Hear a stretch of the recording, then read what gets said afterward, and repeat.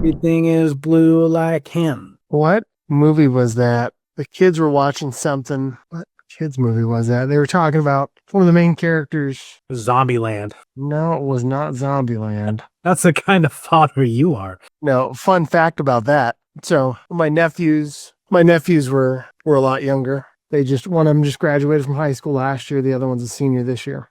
But they were probably like, I don't know, 5 and 6 at the time. Yeah. And Colin is 3 years older than those guys, 2 years older than. And we were all camping outside of Payson. And somehow we started talking about horror movies. And my like 6 and 7-year-old nephews were talking about how they had seen Nightmare on Elm Street and Friday the 13th and all these other movies. And they were like, well, why hasn't Colin seen any of those things? I'm like, oh, it's because I love you more than your mom loves you guys. I love Colin more than your mom loves you guys. Just this, what are you talking about? It's like, Colin can watch that stuff when he's older. Okay, Uncle Peter. Oh, dude, we tell our boys that all the time. Why can't we have video games? Because I love you more than everybody else loves their kids. Sorry. But sorry, not sorry. Yeah, no. You've got a Pac-Man machine. You don't need a PlayStation. Oh, man. Oh, what a week. Yeah. Oh, dude. Somehow we got to figure out how to put on a good podcast here for folks. But what a freaking week. Well, shout out to Nate's boy that 3D printed that little Kraken keychain thing. That's dope. Dude, they are cool. Shout out. Dude, do you want to know the thing that's been resounding in my mind that over this last week, it's a barrier that it's like, okay, well, if there was a common denominator between agents doing dumb things, business partners doing dumb things, friends doing dumb things, it's honesty with one's self, overvaluing.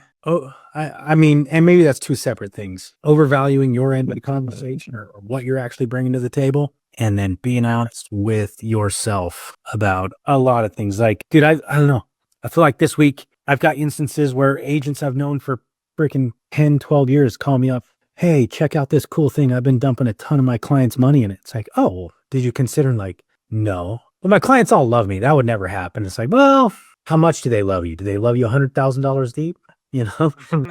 Oh, like things like that. Things like some crazy stuff going on. You know, some friends of ours that you know about. We won't put that drama up here. And it comes down to, you think your shit is a lot less stinky than it is. And so here you are now in this precarious situation, and it's made for a hell of a week dealing with all these people and all these little points of drama, whatever. Just want to get your take on that. What's the deal? Is Mercury retrograding Uranus? Is it? Nothing has happened to my anus this week. I didn't say Uranus. I said Uranus. Yeah, that's what I said. Yeah. Well, what do you think, dude? My brain is just so fried on this. Yeah, I think some of it is almost like a self-defense mechanism, just like human nature kind of stuff. Everybody thinks that they're the best at what they do. And I'm sure that everybody has something they are the best at, but it's not always, those two things don't always align. You know, like it's insurance agents, right? And you can take any other profession, but like we see this with REV all the time where people, you know, like their value offering is like, what's your unique value proposition? It's like, oh, I'm going to give my clients get the best customer service of anybody. And it's like, it's funny you mention that because you say that your clients get the best customer service, and those 15 people over there also say that their clients get the best customer service. And these 150 people over here, they say that their clients get the best customer service. So who actually is the best, you know? Not to say that you're not good at what you do, or that you're not better than the agent next door, you know, but that's different than being the best. And I think only one that builds policies the right way. Right. Nobody else builds policies the right way. I'm the only one. There was an agent up in Payson that had moved up there and really was doing a great job at marketing himself right up until the point that he started talking smack on all of the other agents. It was like, instead of stopping it at, you know, I pride myself on making sure that I know how to adequately protect your family, your assets, all the things that are important to you. He started slinging around like, I am the only one that knows how to do this. Everybody else up here is just hot garbage. Like, none of them do it right. You should leave your agent and come see me. And guess what? He's out of the business now. Like, had to reinvent himself a few different times. Like once was with the captive carrier, made the jump to independent, then made the jump from the valley, from, the major metropolis of Arizona up to this teeny tiny little town, beautiful town, but reinvented his agency 3-4 different times. Over what kind of time period? 3 years, 4 years tops. And, ultimately found his way out of the business. And I really do believe that a lot of that was the job, the career can be lonely enough as it is. But man, it is a lonely island when you talk smack on everybody else in your community, like especially in a small town, like word gets around. It's not like I went to a party up there and this individual's name came up and it was not pleasant.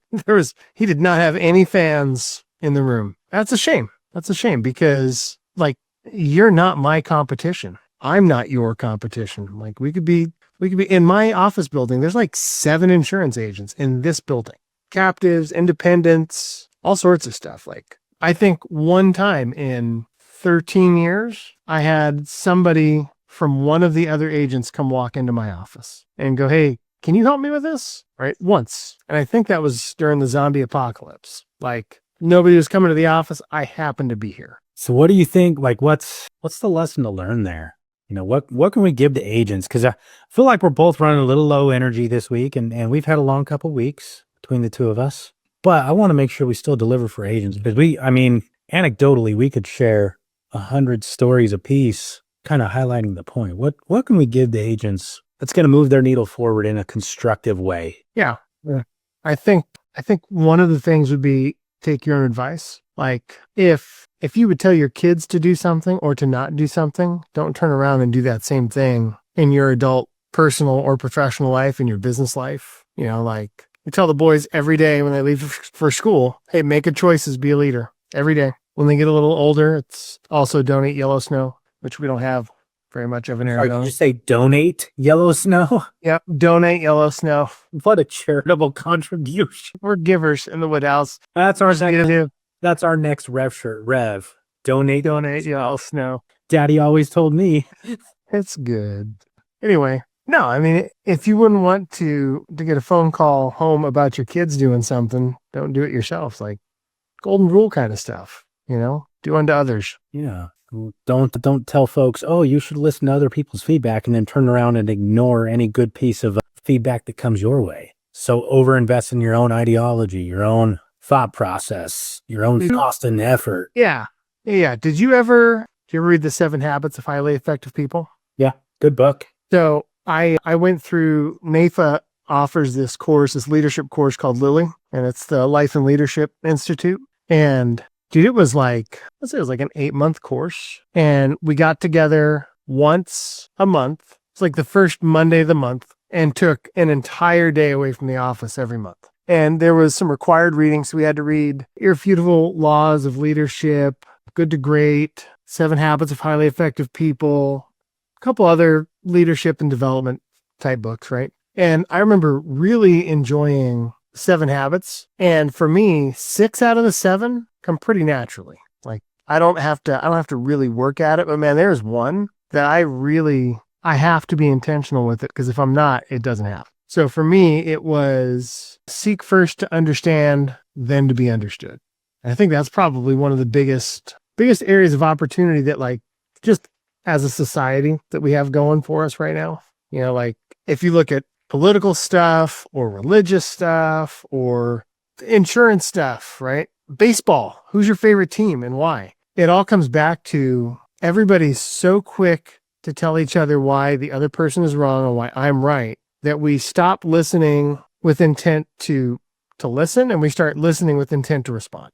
So you start listening, and it's like, oh, well, I think that, this is the best product that we have in our industry is return of premium term policies. And like Tracy put a post up asking for that information in Winning yesterday or the day before. And it was literally just like, hey, who do you guys think has the most competitive, best return of premium products for term and cash value, and put it out there. And there were a handful of people that answered the questions like, oh yeah, I really like this carrier, this carrier, this carrier, and this is why. But there were other people in there that jumped in to to poo-poo the question and shoot down, like, why would you ever do that? That's a waste of money. That's a waste of time. This is stupid. Like, it's like, man, he didn't ask for your opinion on it. He didn't ask if that was a good strategy or not. What he asked was, he said, hey, I have a friend that has a client, like, it's not even my client, but I have a friend that has a client that is asking questions about this type of policy and would like to give them some value on, hey, some peers of mine recommended these carriers for these reasons. But instead, people jump in and they're super quick to tell you why that's a terrible idea, instead of just answering the question. Maybe for them, it does make sense. You know, the question, or maybe even asking a question like, hey, can I ask, is there a little bit more context to this to help us understand what might be a good fit? And then there were some people that answered that way. Yeah, maybe there is a teaching opportunity. Well, if you had to go return a premium, this is who I'd work with. But for that type of scenario, you might consider this other thing that may end up working out better in their favor in the first place. They didn't know to ask about it because they hadn't heard of it. They'd heard of return a premium. But instead, that bridge gets burned, right? And once the bridge is burned, you can't walk back across it. I think that's we see that with agents with their own clients. Why is my closing ratio so low? My clients are never buying cash value life insurance from me. They're never buying IUL from me. Well, because you're not asking them any questions. You don't understand anything about their life. You just have this opinion that everybody ought to own an IUL. You just have this opinion that everybody's 401k is better off in an annuity. And so you go in and that's the literal definition of pitching, right? Is when you're pitching, you're the one doing all the talking. Like, you are giving a presentation. You're not having a conversation. And so there's no positive outcome that comes out the other side. But for those of us that sell, and we sell well, we have for a long time, we know, like, I don't go in, hey, I want to sell you an IUL. Let me tell you why you should have an IUL. No, I want to go in and learn about you. I want to understand where you're at it. And I don't just want to understand what money you have in what bank accounts. I want to understand what makes you tick. Why did you choose that bank account? Bank of America? I love Bank of America, but I will tell you, the people that are with Bank of America swear by them. And if you ask them why, it's almost always because of the app. Like, they will tell you that in a heartbeat. Okay, cool. So you really value technology, ease of access. You value a lot of that stuff. For that type of person, I'm probably not going to turn around and sell them a policy that may be really amazing, but with a super clunky company that's going to piss them off and they're never able to get a hold of. They don't have their own app, or probably going to make sure their drive-thrus. Yeah, I'm going to focus on a company that maybe it's $2 a month more, but they have a quality client portal. They have quality access points because that's valuable to you, right? Yep. And I'll close that policy just on that. Like, I don't even have to say, hey, the money is the money. It's $1 million in life insurance. This is a good life insurance policy. If you want to know what that means, let me know and we can spend the time going through the nuts and bolts. But it's a good policy. And the reason I picked this company, Mr. Jones, I'll be honest, it's a couple bucks a month more, but you had told me how much you valued, how easy it was for you to work with somebody like Bank of America on their mobile app. And this company is the bee's freaking knees. Anything you're ever going to need, you're going to be able to do that from right here. I'm happy to do it for you. So of course, give me a call. But if you ever can't get a hold of me, or maybe you just had a bad day and the boring insurance guy isn't the guy you want to talk to, either way, you need to change an address, you need to file a claim, it can all happen right here. And that's why we went this route. Do you have any questions or concerns about that? No. Cool. Well, when do you want to get this started? Well, how long does it take? Like, if you solve for the problems they actually have. But I think too many of us assume people have problems that those people don't assume they have. Well, they don't even know they have the problem. So I got to convince them of it. No, you don't. You need to fix what they need fixed first. And that translates to, policy sales, business partnerships, friendships. Yeah, I mean, we can run the gambit. This last week I run the gambit, but I think that's pretty sage, kind of coming from that perspective of seeking to understand, not be understood first. I have to physically pump my brakes on that, because when I believe that I'm right, you are not going to change my mind. Like, I pride myself on being right about stuff. And so I have to legit temper that to make sure that I'm not being an egomaniac, which is not easy. You are an egomaniac. Yeah. You're a maniac. See, I was thinking old school Legos commercial, like egomaniac. Now, when you say Lego, I'm thinking everything is awesome. Yeah. So let's dive into this a little bit deeper, Peter. I think we should turn that into a game, because when you say I think, we keep rolling. Dude, is that not? I mean, building off the conversation we're already having, that's what most agents are doing in the first place. It's like, I'm not listening to what you're actually saying so I can respond with intent about this. I'm taking one piece, like you said, 20 words. I took one of them and I went, Lego. I'm out in left fucking field with it. And then I wonder why the conversation didn't go how I needed it to. Yeah. You know, I get done with it and I'm like, well, yeah, there was really no resolution to that. Client didn't buy. You know, it's funny because like I've said this before in Rev calls too, is like the person that I struggle with this stuff the most with the most frequency is Cassandra, because I go right to, she tells me about something that's going on. She's got some kind of problem. And I go right to, you're wrong. You're fucking wrong, woman. You are wrong. You are wrong. I feel this way. No, you don't. I said. No, I go right to how to fix it. Cause like she lays out the problem and I'm like, oh, well, you just need to blah, blah, blah, blah. And one of the best things that I ever started doing was stopping and asking her, hey, she asked you a question. Do you want me to help you solve this problem or do you just want me to listen? It's like, I just want you to listen. Like, okay, great.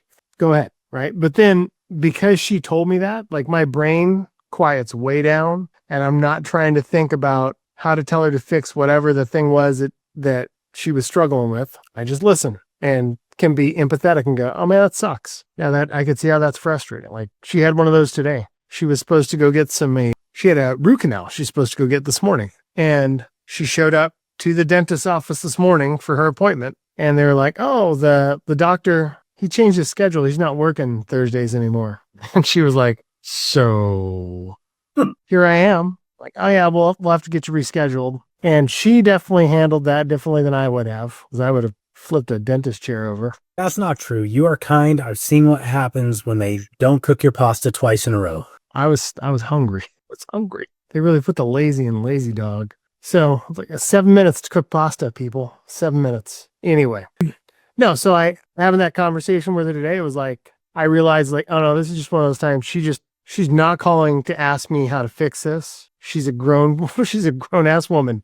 She can fix it herself. She don't need no man. But she just wanted to vent, and tell me what was going on. I was like, okay. So I've gotten better at picking up on that when that's what the conversation is. But I got to that point with Cassandra because she's my wife. I spend all sorts of time with her, right? So I can read the room pretty well. And even still, I still get it wrong every once in a while. But with your clients or with another agency owner or a business partner you're working with, like you don't spend that kind of time with them to really understand without questioning, like, oh, are they just calling to vent because they need a sounding board or do they want me to fix this? Dude, so it's interesting you bring that up because a long time ago in a land far, far away, I had a PNC agency and I had people that worked for me helping with that. And I had this one assistant and she was phenomenal. Like she really did try. It wasn't for lack of effort and lack of caring. Clients would call in and if you're running a home and auto book, price goes up $5 a month. They're on the phone. And she would sit there for half an hour, 45 minutes with them on the phone, picking through their policy. Well, let's see what changed. I can't do anything about it. There's nothing I can do to fix it. But let's pick through all the pieces to see what changed, right? And then, at the end of the day, she never got done what she needed to do that day. And it's like, well, yeah, we have 30 calls a day coming in. You can only field 7 of them because you're spending an hour with each month, right? And so I was like, instead of doing that, why don't you just leave? Kind of a different way of going about it, but same thing. Like, understand, these people know it went up $5 a month. They know you didn't make it go up $5 a month. They're not dumb. People really aren't dumb. They just want to be heard. They had a bad claims experience. They know you're not the claims adjuster. They know you can't do anything about it, but they want to be heard, right? And so I was like, so instead of immediately diving into, okay, well, let's go. Let me tell you all this nuts and bolts stuff about this rating factor that was changed and means nothing. And the whole time they're sitting there just like, ugh. And they get off and they still feel dissatisfied because you still couldn't do anything about it, but they also didn't get to talk about it, right? What if they get on the phone and instead of diving into all that, just say, Mr. Jones, that really sucks. I'm really sorry. I'll take a look at it here. But while I'm looking at it, do you want to just go ahead and get it all out? Can you just tell me everything you're frustrated about so that we can do what we can to fix it right now? And I was like, just start doing that. And so one of the things that was interesting, literally by the end of the first day, she's like, this is so crazy because I tell them to. And so they just start talking And like 5-10 minutes later, not an hour later, 5-10 minutes later, they've talked themselves in a circle like 3 times already. They've solved their own problem. Like they've already said they've gone through all of it, they've vented all of it out, they got it all out, and they've even said like, I know, Lilia, you're not the issue. I know you didn't do this. I'm just so frustrated. And they've already talked themselves through the whole circle in a fraction of the time, right? And she's like, it's crazy. I have so much of my time back. And I was like, cool, keep doing it. So she keeps doing it. Well, here's what got really cool. Within a week, 2 weeks, all of a sudden, Lilia, who like I've always paid my people, you bring like you're there for customer service, but we also sell through service. So you find new opportunities for us to sell more lines of business or whatever.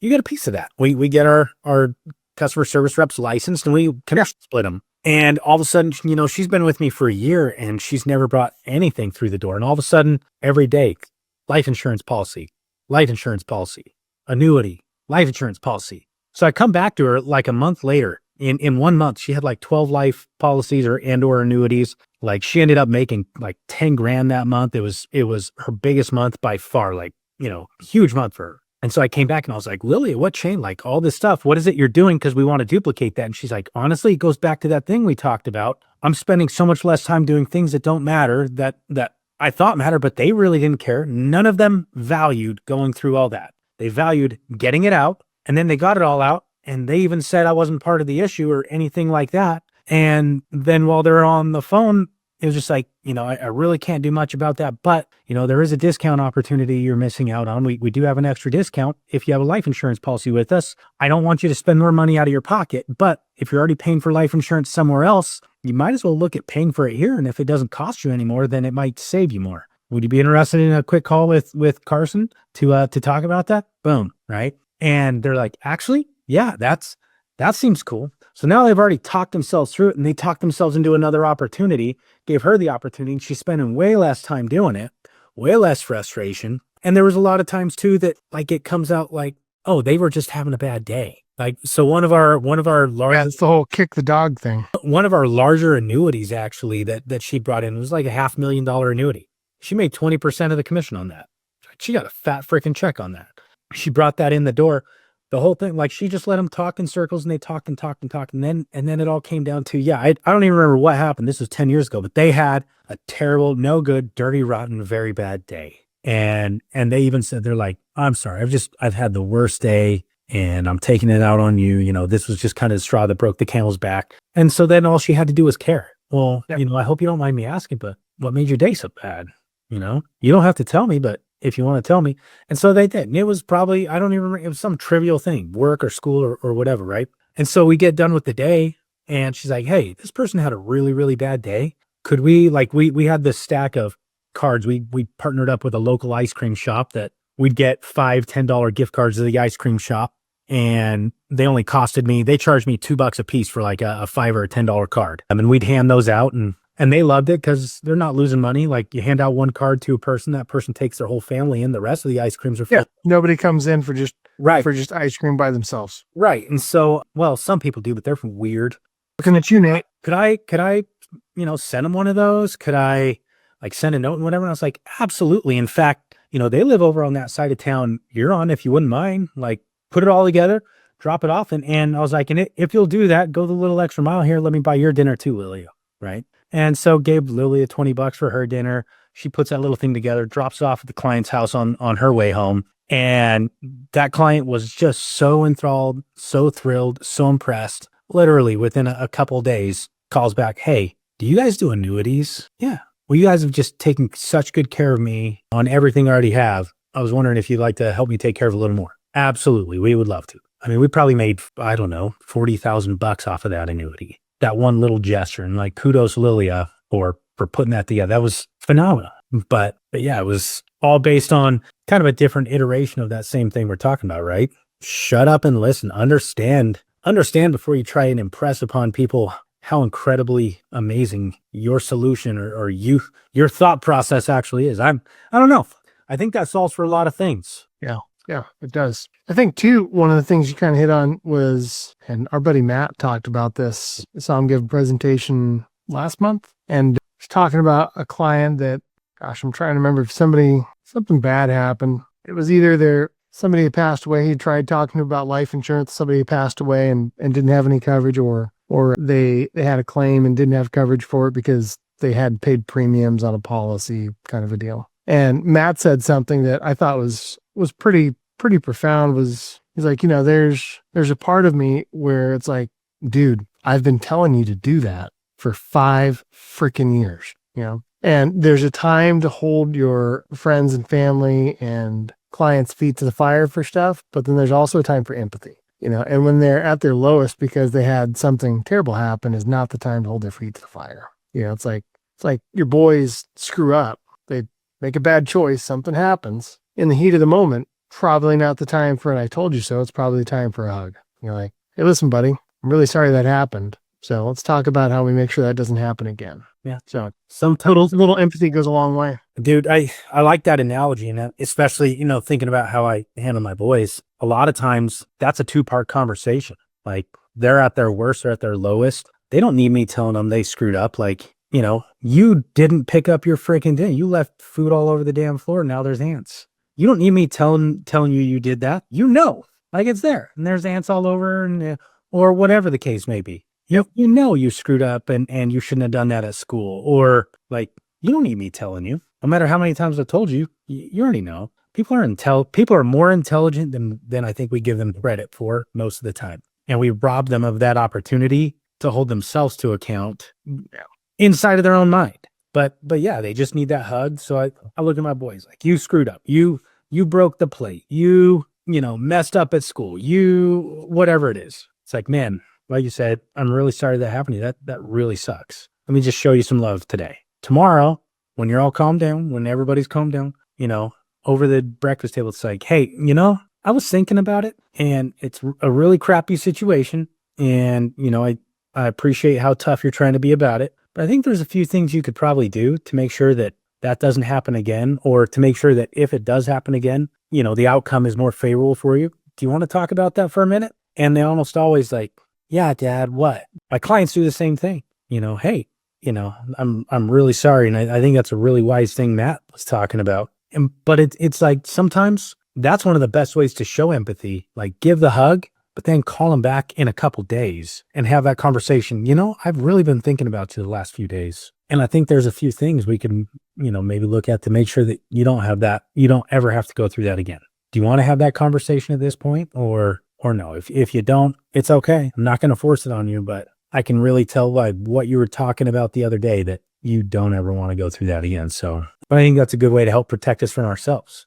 Client, somebody passes away, no coverage, they didn't pay premiums. What an easy opportunity for us to step in. The easy thing, not the hard thing. The easy thing is, we should have had a policy, should have paid your premium, should have called me back, should have had an IUL. Like, if you would have had an IUL, it would have had cash value to dip into and keep the policy alive in the meantime. Like, so easy to do that at that time. That's the easy thing, not the hard thing. The hard thing is it's not even gratification, but it's kind of delayed gratification in having that conversation, Yeah. The empathy thing is, it's one of those things that, for me, again, I have to be mindful of it. I have to think about it. I am empathetic for a lot of things, but there's also, for me, there's a boundary where it's like, well, play stupid games, win stupid prizes, right? And sometimes those things, like, you're an adult, you made an adult decision. Unfortunately, now you get to deal with that outcome. Yeah. So I do struggle with being empathetic situationally. Sometimes I have to pump my own brakes and go, maybe don't say that yet. Maybe just think it. You can think it. That's okay. But save the words for another day. Like, you had a post that I felt handled that really well this past week, talking about a former business partner. And the way that you started that was something along the lines of, hey, something happened and I wasn't quite sure how to address it. So I took a couple days to get my thoughts together. And then after the raw emotion of it had worn off, then it's like, okay, talk to it with some objectivity. Dude, I've found in my life, and I can't speak for other people, but I have found in my life, I get heated like a redhead, like a ginger, soft A. Yeah, I was gonna say, thanks for not using the Honda. Yeah, but I get heated, and when I was younger, and even now, there's times when it's like that heated, and it's like this white hot freaking energy running through your veins. It's like, I can do anything. It's that Key and Peele skit. No, you can literally do anything. If you want to climb on a building and jump off and fly, you can do it, kids. No, but it feels that way. And when I was younger, I let that happen. And like the older I get, the more I look back and realize Nothing productive ever happened I don't think during those times. I can't even sit here and be like, well, there was that one time when I needed to dig a hole and I dug it faster. If that's not a metaphor for life, I don't know what is. Like, I dug every hole faster when I acted in those moments. And so that for me, because it's not my default. My default is I'm pretty confident also in what I believe and what I feel and taking action on. And a lot of times I snap quick, I clap back.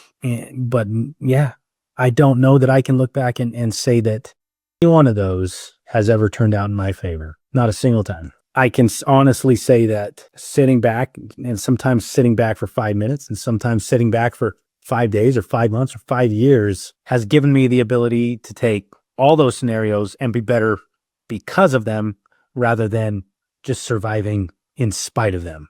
And that's a pretty friggin' powerful piece, but it is something like you, I have to actively work. Yeah. It does not come natural to me. There are some people, but I think that comes extremely naturally to them. Good for them.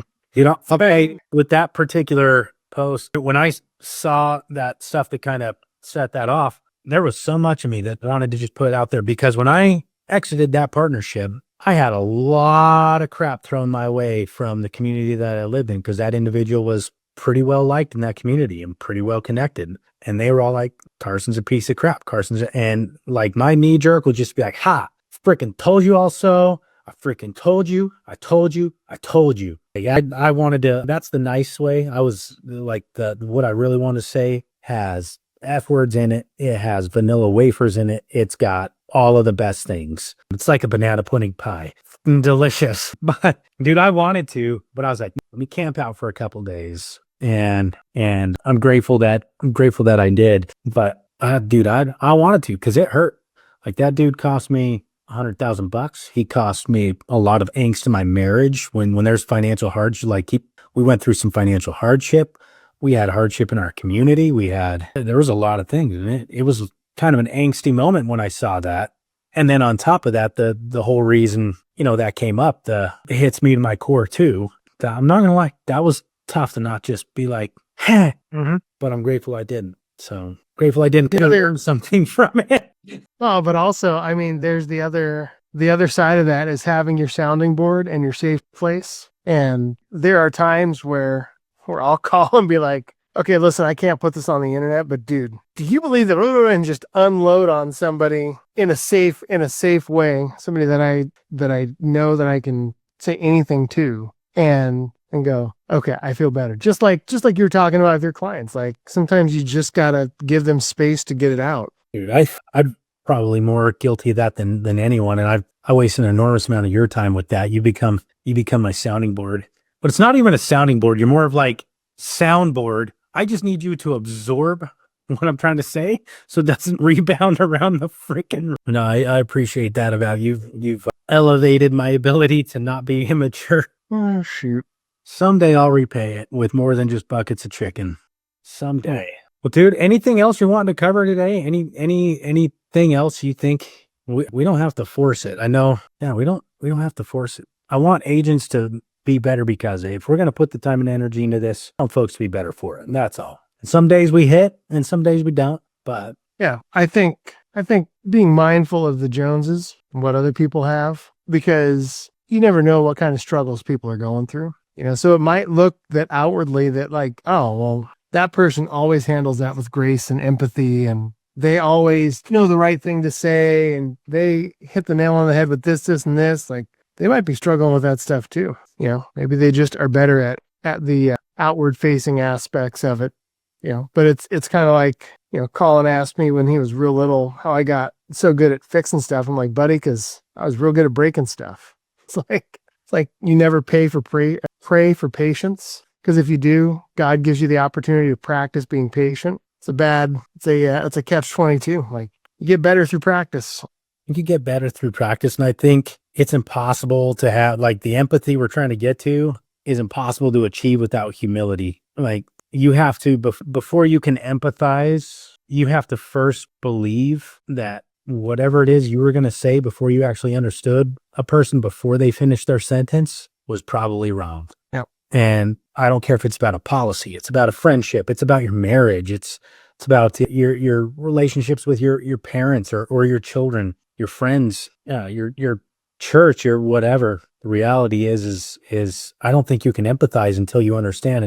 And I mean, that's what empathy is. Empathy is understanding because you've been through something similar, right? You can tie some common threads there. How the hell are you going to tie those common threads when the first thing you hear is Lego? And now it's like, well, when I watch Lego movie, but you mentioned Lego about something entirely different. And it doesn't have to be Legos. I don't know, man. What I know is this, and I'll let you close this out. I'm going to say this and I'm going to shut up. What I want for my friends, what I want for my family, what I want for anybody who watches this who I don't even know yet is I want you to have a good life. I want you to have a prosperous life. I want people to be good to you, and I want you to be good to people. And it's impossible to do that if you always think your shit don't stink. You've got to know that it does so that you can shut up long enough to figure out how to help somebody more effectively. Man, I don't know. I don't have a more eloquent way of saying that at the moment, but I'll shut up. Peter, you close us out. Well, anyways, good week. Thanks for everything. And I think the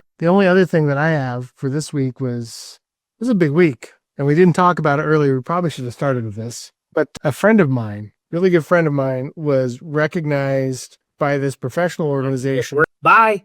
Click. I need gargle for people. This digital world. I don't have a single piece of paper. There's one. You're breaking up. But no, man, I just want to say congratulations on the NAFA award, the 4 under 40. That's a big deal, Carson. That's a big deal. It was super well deserved, and I am happy for you and proud for you, and I think that was super cool, man. No, I appreciate it, and I'm humbled and honored, and I wouldn't have it without you. Let's be honest. So I don't know if that's true, but I think when this is all over, we ought to get an apartment together. We're moving in together. No. The funny thing about that, I think, is that Cassandra and Camille would probably be all right with that some days. Be like, yeah, cool, bye. Bye. As long as you guys are in Baghdad, so you're at least half. I was going to say it's Baghdad, Arizona, because it's like halfway. Oh, my goodness. They would. Oh, that's hilarious. All right, let's wrap it up. Peter, I love you, dude. Thank you so much. We'll see you later, dude.